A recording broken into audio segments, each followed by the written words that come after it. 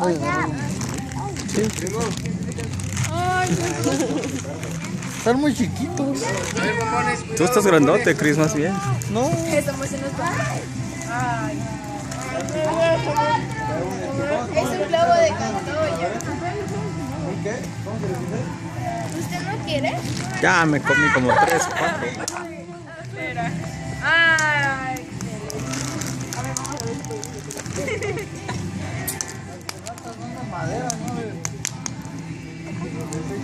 ¿Encendemos la fogata con nuestras cerillas o con otros? Con otros.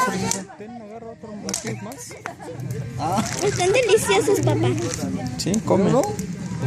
¿Ya los probaste? Ya. ¿Pero? Sí.